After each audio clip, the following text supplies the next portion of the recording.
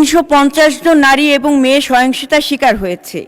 80 জন 83 জনের মধ্যে 57 জনই আপনার ধর্ষণের শিকার হয়েছে। 70% 18 বছরের নিচে।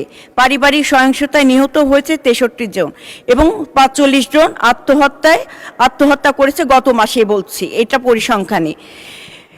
বিএসএস এবং ইউএনএফপিএ 2024 সালের জরিপে বলছে দেশের 76% নারী জীবনে কখনো না কখনো শারীরিক এবং মানসিক নির্যাতনের শিকার হয়েছে তার ঘনিষ্ঠ নিকট আত্মীয় দ্বারা, কিন্তু 62% ভুক্তভোগী কখনোই মুখ খোলে নাই। এখানে আমার প্রশ্ন, যে নারী ভয়ে কথা বলতে পারে না সে বিচার পাবে কি করে? মাননীয় স্পিকার, আদালতের রায় আসতে সময় লাগে।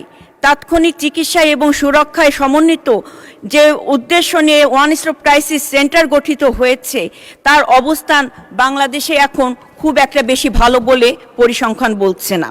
ঢাকা মেডিকেল কলেজের মতো মূল স্কিমে ওয়ান স্টপ ক্রাইসিস সেন্টারই চরম সীমাবদ্ধতা রয়েছে। পর্যাপ্ত সম্পদ, প্রশিক্ষিত জনবল এবং পৃথক কাউন্সেলিং রুম, নারী ফরেন্সিক পরীক্ষকের মতো সীমাবদ্ধতা এখানে ঘাটতি রয়েছে। মাননীয় মন্ত্রী মহোদয় জানিয়েছেন 95টি সেলের বর্তমান বাস্তবতার অগ্রগতি। আমি ধন্যবাদ জানাচ্ছি। পূর্ববর্তী মাননীয় সদস্য মন্ত্রী অনেক ডিটেইল উত্তর দিয়েছে, আপনি একটি প্রশ্ন করুন। জি স্যার, পূর্ববর্তী ফ্যামিলি আল্ট্রাসফট সিরাম জেল, যা গভীর থেকে স্কিনে দেয় 3 গুণ সিরাম হাইড্রেশন। সিরাম জেল হাইড্রেশনে ব্রাইট থাকো সব সিজনে।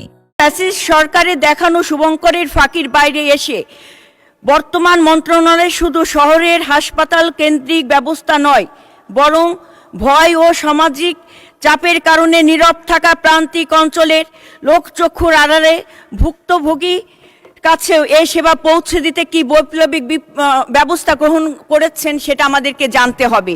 মাননীয় স্পিকার, 109 হলো নারী ও শিশু নির্যাতনের প্রতিরোধ জাতীয় হেল্পলাইন, কিন্তু বিবিএস এবং ইউএনএফপিএ জরিপে দেখা গিয়েছে 2024 সালে মাত্র 22.3% নারী এই 109 হেল্পলাইনের কথা জানেন।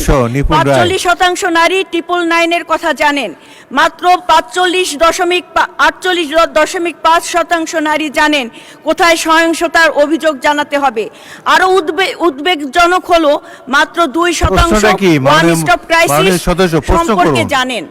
প্রশ্ন করুন, লং স্টেটমেন্ট। আমার এখানে প্রশ্ন হচ্ছে, মাননীয় মন্ত্রী সুনির্দিষ্টভাবে জানাবেন এই ভয়াবহ সচেতনতার ঘাটতি দূর করতে মন্ত্রণালয় কি পদক্ষেপ নেবে এবং মাঠ পর্যায়ে 109 999 ওয়ান স্টপ ক্রাইসিস সেন্টার সম্পর্কে তথ্য পৌঁছে দিতে কোনো সময় সীমাভিত্তিক পরিকল্পনা গ্রহণ করবেন কিনা? ধন্যবাদ স্পিকার।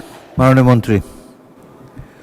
ধন্যবাদ মাননীয় স্পিকার, এবং আবারও সংসদ সদস্যকে ধন্যবাদ জানাচ্ছি সম্পূরক প্রশ্নের জন্য। যে প্রশ্ন উনি করেছেন এটি একটি সামাজিক ব্যাধি, এবং সেজন্য আমি মাননীয় প্রধানমন্ত্রীর সাথে আমরা আলোচনা করেছি। আমরা এটার জন্য একটি জনসচেতনতা বা গণ আন্দোলন তৈরি করতে চাই। গণসচেতনতা যদি তৈরি করা না যায় তাহলে সমাজে নারী এবং শিশু এদের বিরুদ্ধে এদের অধিকার সুরক্ষা করা এবং তাদের বিরুদ্ধে যে সহিংসতার ঘটনাগুলো ঘটছে সেগুলো প্রতিরোধ করা শুধু একটি মন্ত্রণালয়ের পক্ষে কোনো অবস্থাতেই সম্ভব নয়।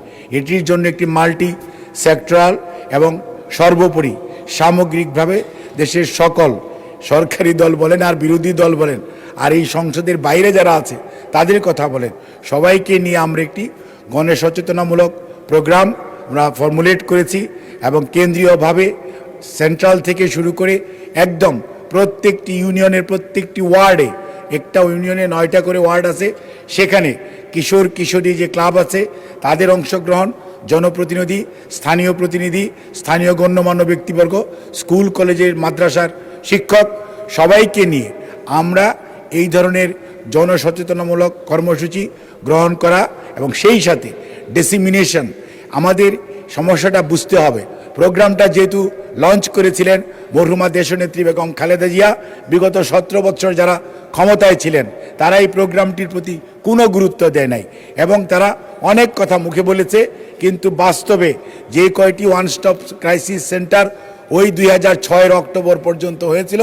তার পরবর্তীতে এটাকে ডেসিমিনেশন অর্থাৎ বাড়ানোর জন্য কোনো চেষ্টা করে নাই। যেহেতু এই প্রোগ্রাম বিএনপি সরকারের নেওয়া, সেই জন্য এটাকে কীভাবে গলা টিপে বন্ধ করে দেওয়া যায় এবং কোনো একটি প্রোগ্রামকে ফাইন্যান্সিং করা, জনবলকে আরও বেশি মানসিকভাবে অর্থাৎ মোটিভেট করার জন্য তাদের চাকরির সুযোগ সুবিধা কিছুই করা হয় নাই। আমরা এসে দেখেছি এক একজনের বেতন 2 থেকে 3 বছর যাবৎ কেউ বেতন পায় না। এই যে বলল যে আপনার কল সেন্টারের নাম্বার হচ্ছে 109 সবাই কাজ করছে, but they are not getting salary for last 3 years. আমরা কেবল এইবার আসার পর উদ্যোগ গ্রহণ করেছি তাদেরকে থোক থেকে বরাদ্দ দিয়ে তাদের বেতন চালু করার জন্য। কাজে এখানে একটি অত্যন্ত সচতুরভাবে এই দেশের মানুষকে সেবা পাওয়া থেকে বিরত রাখা এবং এক ধরনের প্রতিহিংসামূলক মানসিকতা থেকে দেশের মানুষকে এই সমস্ত কর্মসূচি থেকে যাতে কোনো সেবা গ্রহণ করতে না পারে সেই লক্ষ্যে কাজ করেছে। কাজে আমি আবারও আশ্বস্ত করতে চাই, আমরা একদিকে যেমন আমাদের যে কার্যক্রম এটাকে ব্যাপ্তি ঘটানোর জন্য উদ্যোগ গ্রহণ করেছি, অন্যদিকে জনগণের অংশগ্রহণের মাধ্যমে জনসচেতনতামূলক প্রোগ্রাম বা কর্মসূচি গ্রহণ করে মানুষের মাঝে এটির যে কি কি প্রতিকার নেওয়ার ব্যবস্থা আছে সেটি যেমন ছড়িয়ে দেওয়া এবং প্রতিরোধ করার জন্য মানুষকে উৎসাহিত করা, জনগণকে সম্পৃক্ত করা, সেই লক্ষ্যেই বর্তমান সরকার কাজ করছে। ধন্যবাদ মাননীয় speaker. Lily ultra soft serum gel, যা গভীর থেকে স্কিনে দেয় 3 গুণ সিরাম হাইড্রেশন। সিরাম জেল হাইড্রেশনে ব্রাইট থাকো সব সিজনে।